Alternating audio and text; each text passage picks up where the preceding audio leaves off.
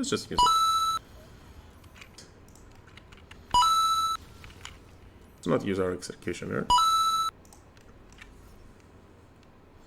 Sure.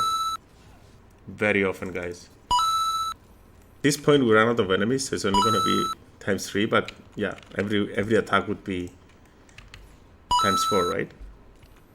If you had more Watchers to hit. Thankfully, they're resistant to this damage, so it actually makes it.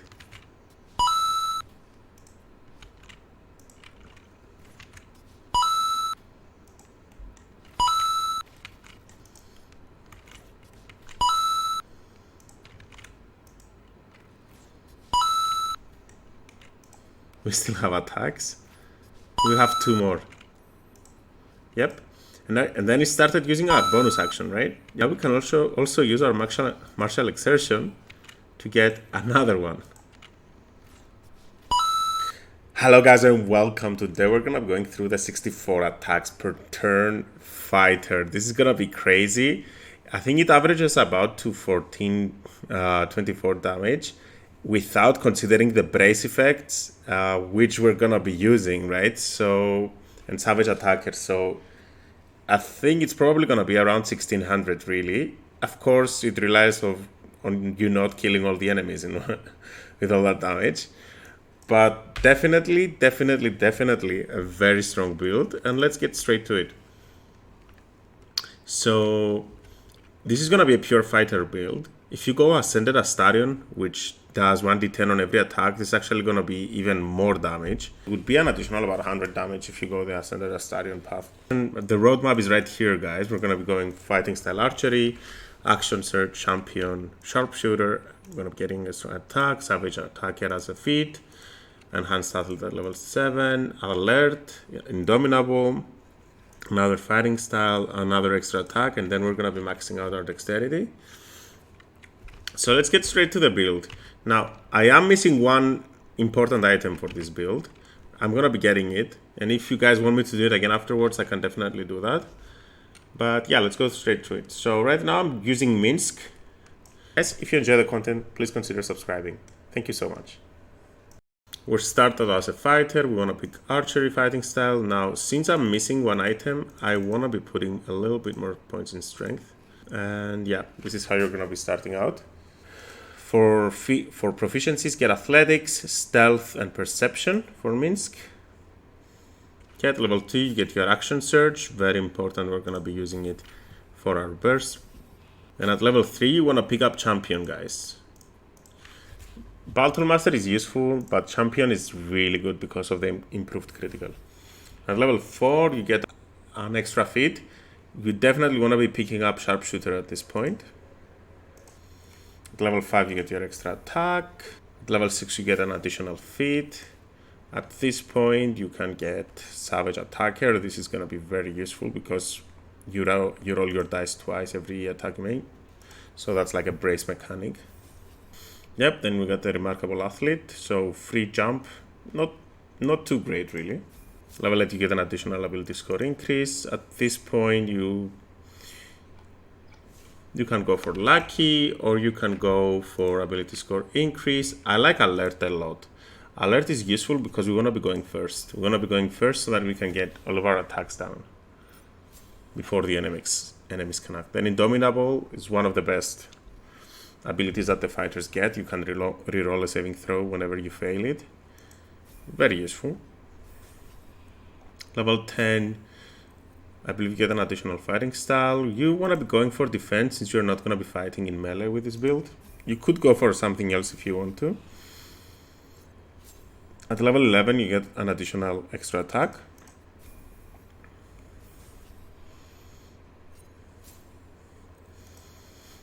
Then at level 12, you get an additional ability score increase. Now, if you went down the anti-ethel part in Act 1, you let her leave, you would actually have 18 dexterity here. You would put the point in dexterity, so 2 points here would take it to 20. Now, since I don't have that, I'm just probably going to pick like a half feet like athlete and just set it to 18. So if it's a secondary character, do that. So this is the build. Now let's look at items real quick. Not everyone subscribes. Now for helmets, it's either Dark Justiciar or Grimskull Helm for the Hunter's Mark. I like the option to get the additional critical when I'm obscured, so I love this. Then Cloak of Protection, always good. You can also go for Cloak of Displacement. Then for armors, I like Armor of Agility because it's very, very good when you have high dexterity. As you can see, I have 24 armor class right now. Now, there's a lot of good options for armor, and even armors that give you initiative, and like the Elegant Studded Leather would be very useful. Also, it gives you a use of shield, so you can get your armor class even higher, theoretically, than Armor of Agility. Then I like the Martial Exertion Gloves, since I don't have the gauntlets that give you 23 strength. Those are probably the best ones for this build, and I'll show you why. A bit evasive food, shoes, very useful. Again, it's very good to protect yourself. Surgeon's Subjugation Amulet, I love this one. It's probably my favorite one. Nothing compares to this. Killer's Sweetheart, when you kill a creature, guaranteed critical, why not? Strange Conduit Ring, we don't have a spell to concentrate on, but we can get spells from either the Grimskull Helm or the Darkfire Shortbow that we're going to be using, so we can find reliable ways to get that extra damage. Then for weapons, we're Knife of the Undermountain. This will give you an additional point on critical, so instead we are champion, so we crit on a 19. We're wearing the Dark Justiciar helmet, so we can crit on an 18, and then with the Undermountain, we're critting on a 17. Additionally, you can wear, there's another bow, a Deadshot, which you can use to get it down to 16. Yeah, very useful actually. However, I prefer the Titan String, and I'll show you why. And then I have this sort of life stealing because of the additional damage on crits. Again, you don't have to go for this one. If you like something else, you can go for something else that boosts your damage a little bit. Yeah, so this is the setup. Now let's go and have an encounter with this build because I'm going to be loving this. The problem is to find enemies that can actually survive this. So we need to find a lot of steel watchers at this point, because I think it's the only ones that are going to be able to survive through this barrage of arrows that's going their way. Let's look at our Tadpole abilities. I definitely like Lack of the Far Elves, probably the most useful ability you can get. I also like Mind Sanctuary. This will give us 12 additional attacks, and I'll show you how in a bit. Yeah, the rest, not very useful. Perilous Strikes, again, can be used in the preparation round to give vulnerability to one guy against all your attacks. I mean, it's probably the best if you're fighting a single boss. So, let's check our passives. Remove non-lethal, Sharpshooter all in. Okay, so those are the Tadpole abilities. Now, remember guys, normally you would get +3 on your strength here. It would be 23. Okay, for potions. For elixirs, you can go for either of these three.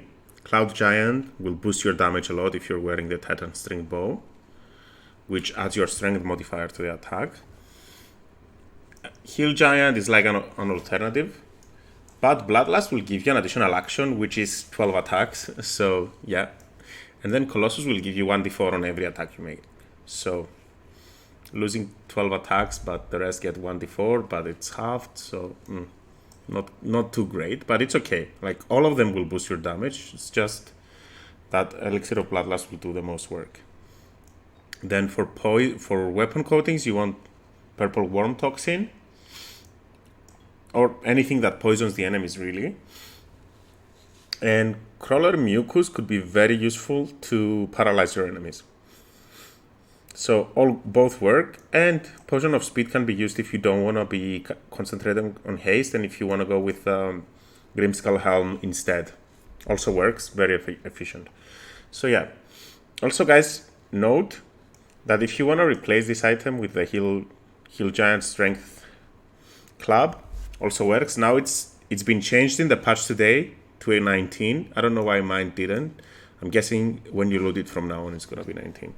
Haste on yourself.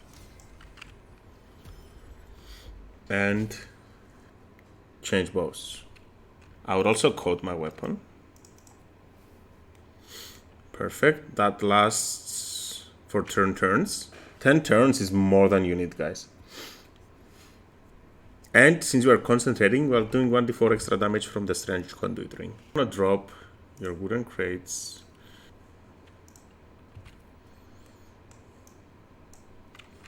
Okay. So you climb on and turn. And you wanna be using the Mind Sanctuary ability.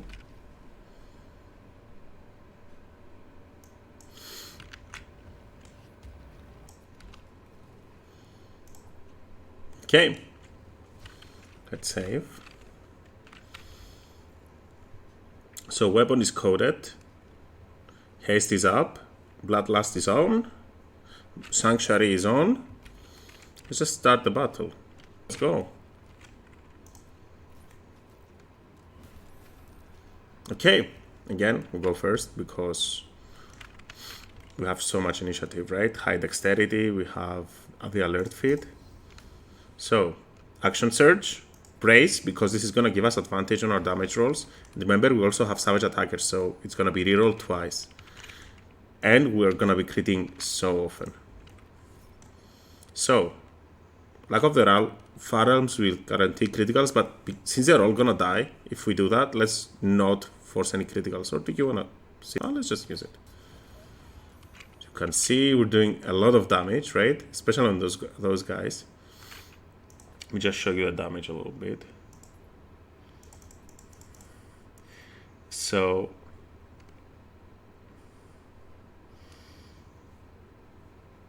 plus 10 from sharpshooter, yeah. 30 minus 15. Oh, so they actually fixed. No. The damage is plus 10. The damage is not halved. It's for the sharpshooter. Or for the strength modifier from the Titan weapons. So it's actually higher than we expected. Because you're going to have plus 6, right? Because you're going to be wearing the 23 strength gloves. So this is going to be plus 6. So everything is going to be plus 16. Yes, the rest are going to be rerolled. And the higher numbers will be chosen. So you see we rolled a 3 and a 5 and that was rerolled and it became an 8 and a 7. And then we lose 1 damage from our dexterity because this is not the main character. This is over 2 though, right? And then it's gonna be plus 16. So yeah, plus the psychic damage, which isn't halved. So yeah, this is pretty crazy DPS, guys. So how many attacks are we in? 2? 2 times 4. Then we can also go on that side. Let's not use our executioner.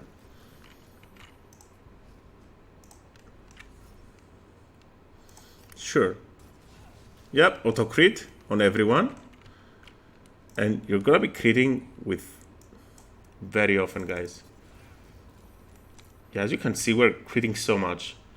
Let's see what our roll was, and we got a crit. Mm-hmm.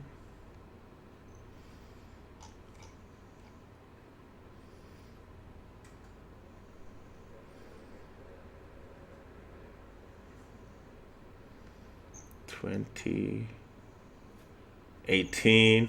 Yeah, so we're gonna be rolling very often. So at this point we ran out of enemies, so it's only gonna be times 3, but yeah, every attack would be times 4, right?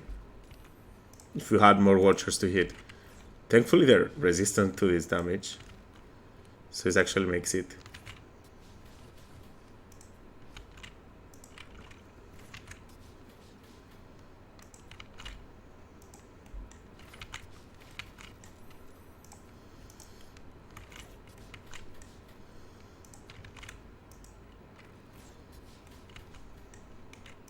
We still have attacks. We have 2 more. Yep. And then it started using our bonus action, right? Yeah. So we did 15 attacks so far. And now we can also use our martial exertion to get another one. So yeah, this is how it is. And these guys are resistant, right? Yeah, resistant to piercing damage. So that's a total of 16 times 4 attacks, guys. So that's 64 attacks per turn. Of course, these constructs were hard to hit because they're immune to our poison and the psychic damage, and resistant to our damage, which they were taking half of it. But again, 64 attacks, guys. This is the build. Let me know what you think about it. I don't think there's a build that does more attacks in this game. Let me know if there's a way we can tweak it a little bit and boost it even further. Yeah. Thank you guys for watching. Subscribe if you enjoy the content, and I'll see you in the next one. Not everyone subscribes.